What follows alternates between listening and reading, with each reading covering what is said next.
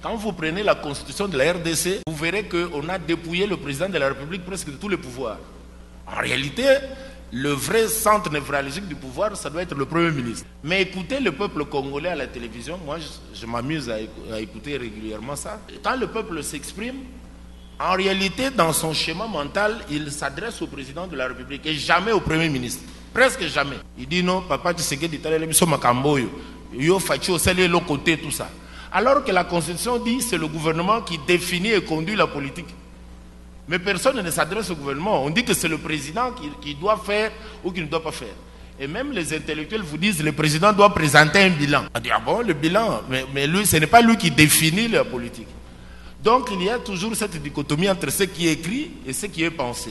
Ce qui est pensé par le Congolais, c'est que nous voulons un régime qui ressemble au régime que nous avons dans nos villages. On ne peut pas avoir un chef qui ne fait rien. Or, dans notre constitution, nous avons voulu un chef qui dort et un premier ministre qui travaille avec son parlement et tout ça. Donc, il y a tout ce dichotomie, pas seulement en droit constitutionnel, mais en droit de la famille, en droit des personnes, en droit des biens, dans tous les domaines.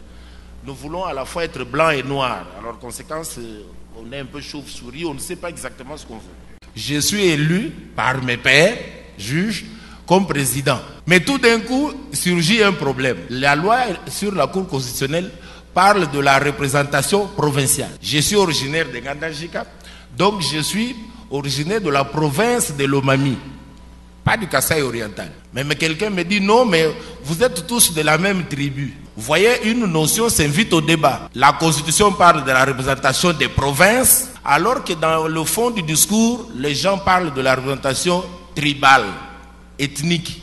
Alors, j'appelle ça les tabous du constituant, c'est-à-dire des choses que le constituant ne veut pas dire, mais qui se posent comme problème.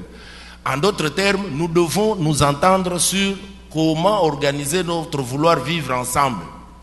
Alors, un de nos frères nous a posé la question, il dit, mais comment chaque fois, quel est le péché capital que le Moulouba aurait commis pour que chaque fois qu'il s'agit de lui, il y a toujours un tollé et tout. Je peux donner quelques éléments qui expliquent cela. C'est le fait, contrairement aux autres peuples du Congo que j'ai eu l'occasion de visiter, j'ai presque été partout, les Moulouba ont plutôt une capacité d'adaptation partout où ils arrivent. Je suis allé dans toutes les provinces du Congo, je les ai trouvés là-bas depuis 30-40 ans, ils sont intégrés.